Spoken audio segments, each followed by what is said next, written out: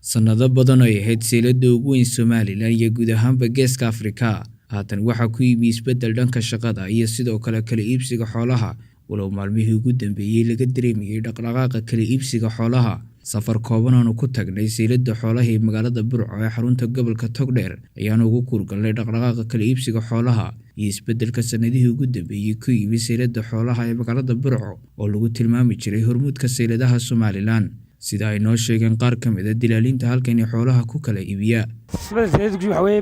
barigii seelada ugu weyn bay ahaan jirtay arlada Soomaalidu degto gaar ahaan Soomaaliya oo dhantay marka imka bariyan wayska isbedel baa ku yimi dhowr sano ilaa 5 sano ilaa 6 sano ma arag xoolihii marka isbedel weyn baa ku yimi wala marka seelada kala ka dilacay baan malaynaaday oo meel deebil ka fureen aan garanaynba marka walaal way isbedel weyn baa ku yimi toddoba xoolo dhaqato abarta bariyan roobku ugu yaraaba aad u yara roobku roobna ma helin marka saas daraadeed dadku ugu guureen oo ma seelada kale marka imka wallahi waa hadda lagu qato soconaya walaal wax way socdaan taab xaajada amika baanaga bas qalan jiro isgeeyay jirib imika Axmed toddobaadkan wax yar bilaameen oo jaburi waxba ku jiro waxba yar dhaqaaqayba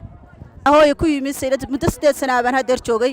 waqtiyo isbedel dhaceen oo abaar dhaceen oo xooluhu jabeen maxaan ku waxba la iibsan waayay way jiraan laakiin hadda aad iyo aad bay u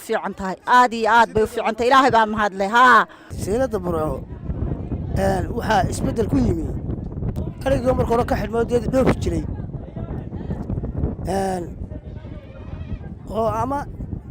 meesha ka xidhantaa anagu ma fahmin laakiin iyo kolay isbedelkaas ku yimi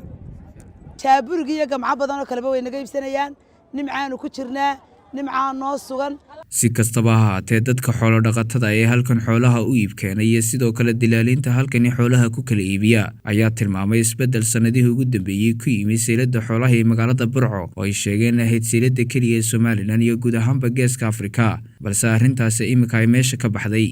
Cabdikariim Bishaawi telefishinka gobonimo seelada xoolaha ee magaalada Burco ee xarunta gobolka Togdheer